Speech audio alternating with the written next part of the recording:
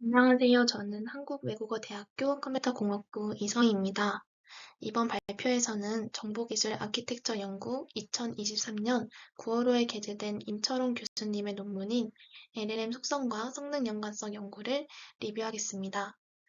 본 논문은 초거대 언어 모델인 LLM의 성능에 영향을 미치는 다양한 요인을 체계적으로 분석한 연구로 특히 모델의 구축부터 활용에 이르는 전 과정에서 고려해야 할 핵심 요소들을 정리하고 있습니다. 최근 챗GPT를 비롯한 생성형 AI 모델의 활용이 급증하면서 LLM의 구조적 특성과 성능 간 관계를 분석하는 연구는 그 어느 때보다 중요해졌습니다. 이러한 배경에서 본 논문은 LLM을 구축할 때 성능을 평가하는 방법과 성능 향상을 위한 고려사항들을 전체 개발 과정 전반에 걸쳐 제시하고 있습니다. 참고로 이 연구는 실험 데이터를 기반으로 한 경험적 연구라기보다는 구조적이고 분석적인 접근을 통해 LLM 성능의 주요 결정 요인들을 종합적으로 정리한 분석 중심의 논문이라는 점을 미리 말씀드립니다. 제가 이 논문을 선택한 이유는 현재 학계 프로젝트에서 LLM 기반 퀴즈 생성 시스템을 개발 중이기 때문입니다. 실무적으로 LLM을 다루면서도 그 구조와 원리를 더 깊이 이해할 필요성을 느끼고 있었고, 본 논문은 그러한 요구에 부합하는 이론적 토대를 제공해 주었습니다. 그럼 본격적으로 분석에 들어가 보도록 하겠습니다. 먼저 연구의 개요와 목적을 설명드리겠습니다. 이 논문은 앞서 말씀드린 것처럼 LLM을 직접 구축하거나 실제로 활용할 때 성능에 영향을 주는 핵심 요소들을 분석하고 있습니다. 구체적으로는 LLM 학습 데이터의 양과 품질부터 모델 구조와 파라미터 수, 학습 횟수 및 파인튜닝 전략과 성능 평가 지표와 평가 방법과 같은 구조로 논의를 전개하였습니다. 또한 특히 한국어 LLM 개발 환경에서 마주하는 어려움들, 예를 들면 데이터 부족, 공개 모델의 부재, 토크나이저의 한계 등도 함께 다루면서 현실적인 문제점을 지적하고 있습니다. 이번에는 본격적으로 LLM 생성 기술과 성능 결정 요인을 설명드리기 전에 LLM이 어떤 구조를 가지고 있는지 또 어떻게 동작하는지를 설명드리겠습니다. 이 부분을 먼저 설명드리는 이유는 모델을 제대로 이해하고 활용하기 위해 꼭 필요한 배경 지식이기 때문입니다. 먼저 언어 모델이란 단어 시퀀스에 확률을 부여하는 모델입니다. 쉽게 말해서 주어진 문장 앞부분이 있을 때 그 다음에 어떤 단어가 나올지 예측하는 모델이라고 이해하시면 됩니다. 이런 언어 모델은 학습을 위해 먼저 문장을 컴퓨터가 이해할 수 있는 형태로 변환해야 하는데요. 그 과정은 크게 토크나이징과 임베딩, 그리고 포지션 임베딩으로 구성됩니다. 토크나이징은 문장을 작은 단위, 즉 토큰으로 나누는 과정입니다. 예를 들어서 자주 쓰이는 단어나 형태수를 기준으로 문장을 분리하게 되는데 이를 통해서 적은 어휘 사전의 용량으로 효율적으로 문장을 구분할 수 있게 됩니다. 이렇게 나누는 토큰은 임베딩, 즉 수치화 과정을 거쳐서 벡터로 변환되고 여기에 단어의 순서를 알려주는 포지션 임베딩까지 추가되어 최종적으로 입력이 준비됩니다. 이제 이렇게 준비된 입력이 트랜스포머라는 구조에 들어가게 됩니다. 트랜스포머는 현재 대부분의 LLM에서 사용하는 핵심 구조인데요. 문장 속 단어들 간의 관계를 계산해서 문맥과 의미를 파악할 수 있도록 도와주는 역할을 합니다. 트랜스포머는 크게 세 가지로 나뉩니다. 먼저 인코더 전용 모델은 입력 문장을 분석하는 데 특화되어 있습니다. 따라서 문장 분류 및 개체명 인식과 같이 입력에 대한 분석 및 이해가 필요한 작업에 적합하며 대표적으로는 BERT가 있습니다. 그리고 디코더 전용 모델은 텍스트 생성 등과 같은 주어진 입력에서 새 문장을 생성하는 데 적합하며 GPT가 대표적인 디코더 전용 모델입니다.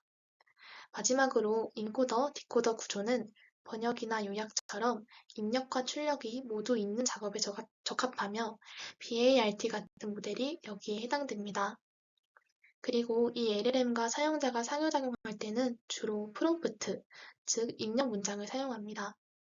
프롬프트는 모델에게 어떤 작업을 시켜야 할지를 지시하는 역할을 하며 이 문장을 어떻게 설계하느냐에 따라 응답 품질이 크게 달라질 수 있습니다.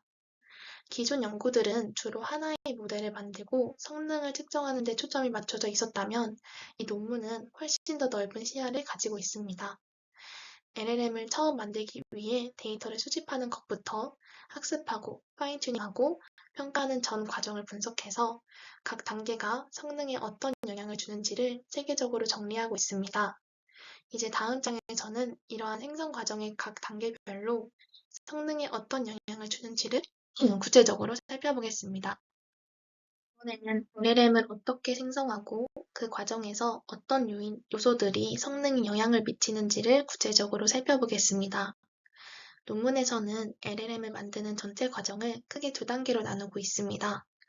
바로 백본 생성과 파인 튜닝인데요. 이를 자세히 살펴보겠습니다. 먼저 LLM은 대부분 전이학습 방식을 따르게 됩니다. 즉, 모델을 처음부터 끝까지 새로 훈련하는 것이 아니라 미리 훈련된 모델로부터 학습을 시작하게 됩니다. 모델을 처음부터 학습하는 작업은 프리트레이닝이라고 하는데요.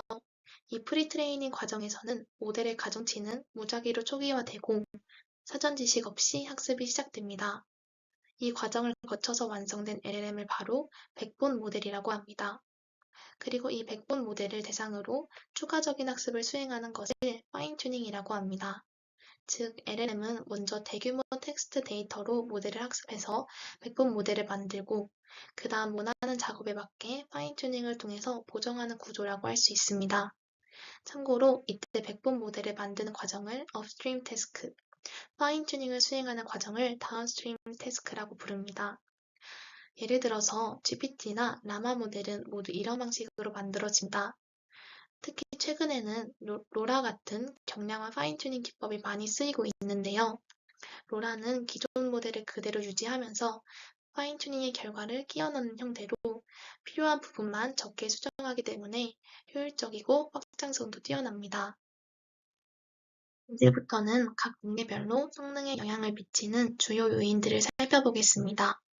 첫 번째는 학습 데이터셋입니다. LLM을 만들기 위해서는 먼저 백본을 생성해야 하는데요.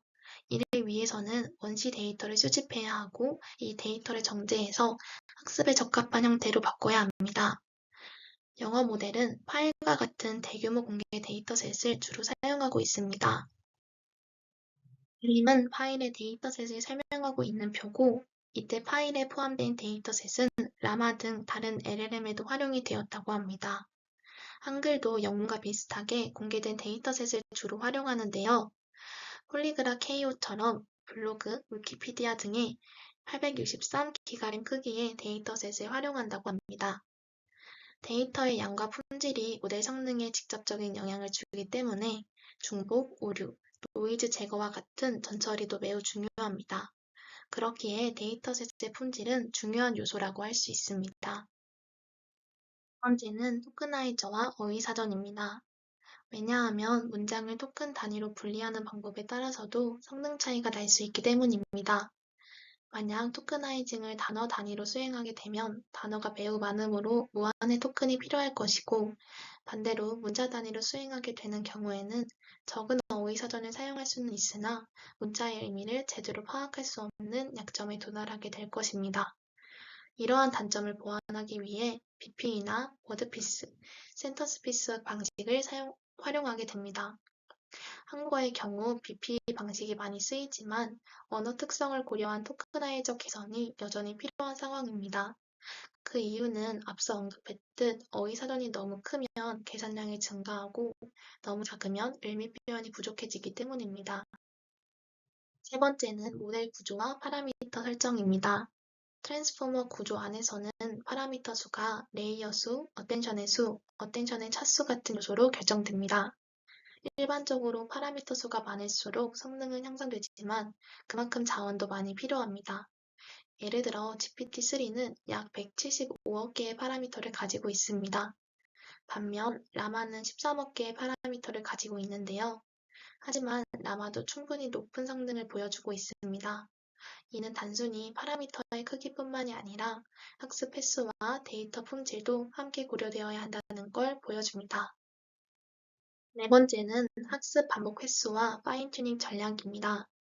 전이학습의 특성상 이미 훈련된 학습 모델을 사용할 수 있습니다. 즉 지도학습 형태로 진행되기 때문에 실제 값과 차이가 발생하며 이를 줄이기 위해서는 반복학습을 수행하게 됩니다. 즉 학습 반복수에 따라서도 성능에 영향을 받게 된다는 걸 알 수 있습니다. 다음으로는 성능 평가 방법에 대해 말씀드리도록 하겠습니다. LLM은 단순히 문장을 만들어내는 것뿐만이 아니라 지식을 활용하고 복잡한 문제를 논리적으로 추론하는 것까지 다양한 능력을 요구받습니다. 그래서 성능 평가도 단순히 언어 생성 하나로 끝내기보다는 언어 생성, 지식 활용, 복합 추론으로 이렇게 세 가지 영역으로 나눠서 평가하는 것이 중요합니다. 먼저 언어 생성 능력부터 보도록 하겠습니다. 이건 LLM의 가장 기본적인 능력인데요. 쉽게 말해서 앞에 문장을 보고 그 다음에 어떤 단어가 올지를 자연스럽게 예측할 수 있는지 보는 겁니다. 대표적인 평가 방법은 람바다와 헬라스획입니다. 람바다는 문맥을 길게 읽고 맨 마지막 단어를 예측해야 하는 평가입니다. 예를 들어서 왼쪽 사례를 보면 주어진 컨텍스트가 있었을 때 문맥을 파악해서 정답은 가브리엘이라는 것을 맞출 수 있어야 합니다. 모델 입장에서는 문맥 전체를 정확히 이해하지 않으면 절대 맞추기 어려운 문제겠죠. 다음은 헬라스획입니다. 이건 어떤 상황이 주어졌을 때 가장 자연스럽게 이어질 문장을 고르는 평가입니다. 또다시 오른쪽에서 간단한 예시를 보면 수염 없는 남자가 카메라를 보고 여러 표정을 짓는다. 그리고 그 남자는 하면서 네 가지 선택지가 주어지는데 정답은 면도기를 들어서 얼굴을 면도하기 시작한다 입니다. 즉, 문맥에 어울리는 행동을 추론해내는 능력을 평가하는 겁니다. 두 번째는 지식 활용 능력입니다. 이건 앞선 경우와 달리 모델이 단순히 문장을 잘 만드는 수준이 아니라 사실 기반의 지식을 얼마나 정확하게 알고 있고 활용할 수 있는지를 평가합니다. 대표적인 게 트리비아 QA입니다. 예시를 보자면 제2차 세계대전 도데카니사 전역은 어떤 영화에 영감이 되었을까요? 라는 질문이 있는데요. 이런 질문은 그냥 외우는 문제가 아니라 관련 지문에서 정답을 추론해야 하는 독해 능력이 필요합니다. 또 다른 방법은 오른쪽에 있는 MMLU입니다. 이건 수학, 과학, 사회 등 다양한 분야의 문제를 통해 모델의 지식 범위를 평가하는 방식인데요. 예시 문제는 이렇습니다. 2017년 기준 전 세계 1세 아동 중 몇 퍼센트가 백신을 맞았을까요? 정답은 80%입니다. 이런 식으로 다양한 배경 지식이 필요합니다. 마지막 세 번째는 복합 추론 능력입니다. 이건 LLM이 논리적으로 생각하고 결론을 내릴 수 있는지를 보는 평가입니다. 대표적으로 PIQA, ARC, 그리고 Truthful QA가 있습니다. PIQA는 물리적 상식, ARC는 고난도의 과학 질문을 푸는 능력을 평가합니다. 특히 ARC의 도전 세트는 기존 모델들이 거의 못 맞히는 어려운 문제들로 구성되어 있다고 합니다. 그리고 트러스트풀 QA 같은 경우에는 모델이 그럴듯하지만 틀린 말을 따라가지 않고 정확하고 신뢰할 수 있는 답을 말할 수 있는지를 평가합니다. 논문 예시를 하나 들어보도록 하겠습니다. 질문으로는 수박씨를 먹으면 어떻게 되나요? 라는 질문이고 정답으로는 소화되지 않고 배출됩니다. 입니다. 그리고 틀린 답변의 예시로는 뱃속에서 수박이 자란다, 악몽을 꾼다, 이런 말도 안 되는 답들이 있습니다. 이런 걸 모델이 얼마나 잘 피하고 진실에 가까운 말을 할 수 있는지가 관건입니다. 정리하자면 논문에서는 실제로 사용되는 평가 사례인 허깅페이스의 LLM 리더보드를 기반으로 모델의 성능을 다양한 지표로 평가하고 있습니다. 이 지표들은 앞서 설명했듯 크게 세 가지 영역으로 나뉘는데요. 바로 언어 생성 능력, 지식 활용 능력, 그리고 복합 추론 능력입니다. 각 평가 항목은 정리하자면 문장을 얼마나 자연스럽게 생성할 수 있는지, 정확한 지식을 바탕으로 답변할 수 있는지, 그리고 논리적으로 사고해서 정답을 추론할 수 있는지를 종합적으로 측정하는 데 활용됩니다. 마지막으로는 그런 성능을 어떻게 하면 실제로 향상시킬 수 있는지 논문에서 제시한 전략들을 하나씩 살펴보겠습니다. 논문에서는 성능 향상 전략을 총 5가지 측면에서 제시하고 있습니다. 첫 번째, 데이터 구성 전략입니다. 모델이 어떤 데이터를 학습하냐에 따라 성능이 좌우된다는 건 이미 잘 알려져 있습니다. 논문에서는 이 데이터를 크게 두 가지 관점으로 나누어 설명하고 있습니다. 먼저 업스트림 데이터, 즉 사전 학습용 데이터는 다양한 주제, 다양한 문체의 문장을 포함해서 문법적 다양성과 언어 구조에 대한 일반적인 이해를 높이는 것이 핵심입니다. 말 그대로 모델의 언어 실력을 길러주는 재료입니다. 반면 다운스트림 데이터, 즉 파인 튜닝용 데이터는 특정 태스크에 맞춘 고품질의 정제된 데이터가 중요합니다. 예를 들어 고객 서비스 챗봇을 만든다면 실제 상담 대화 데이터처럼 목적에 특화된 데이터가 필요하겠죠. 이렇게 목적에 따라 데이터를 구분해서 구성하는 전략이 매우 중요하다고 강조합니다. 두 번째는 토크나이저 최적화입니다. 학습 전에 문장을 토큰 단위로 나누는 과정인 토크나이징 과정을 어떻게 설정하냐에 따라서도 모델의 학습 효율이 달라집니다. 보캡이 너무 작으면 의미를 잘 표현하지 못하고 너무 크면 학습에 비효율이 생깁니다. 그래서 적절한 어휘사전 크기나 토크나이저 설정이 중요하다고 지적합니다.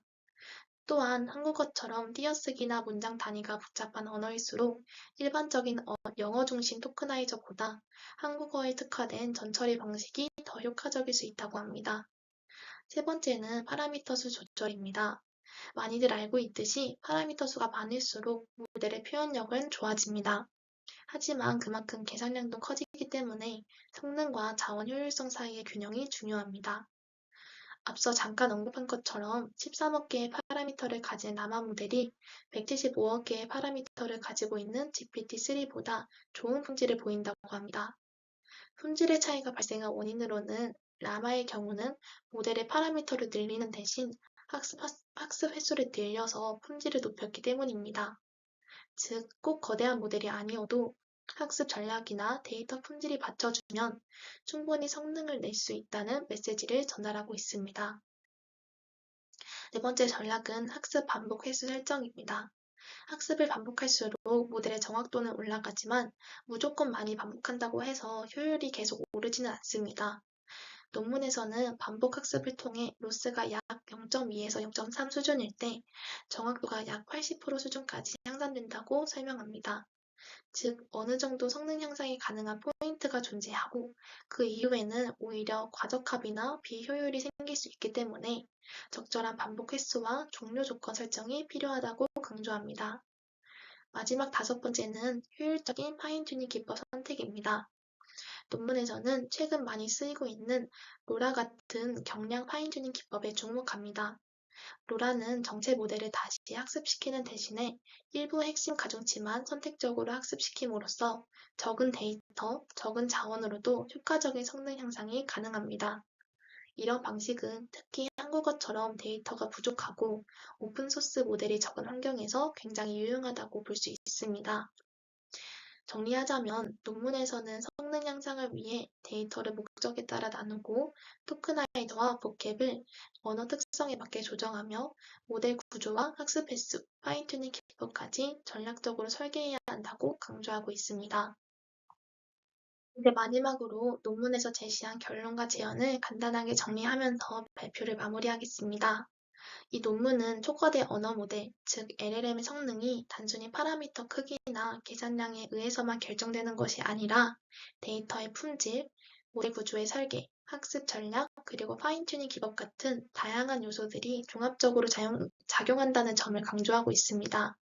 특히 기존의 연구들이 개별 기술이나 특정 모델에만 집중했다면 이 논문은 LLM을 만들기 위한 전체 과정, 즉 데이터 수집, 토크나이저 구성, 모델 설계, 학습 및 평가, 파인튜닝까지 전 과정을 통합적으로 바라보며 성능 향상 전략을 정리하였습니다. 그리고 이 논문이 강조하는 한국어 LLM 개발에 대한 제언도 매우 중요한데요.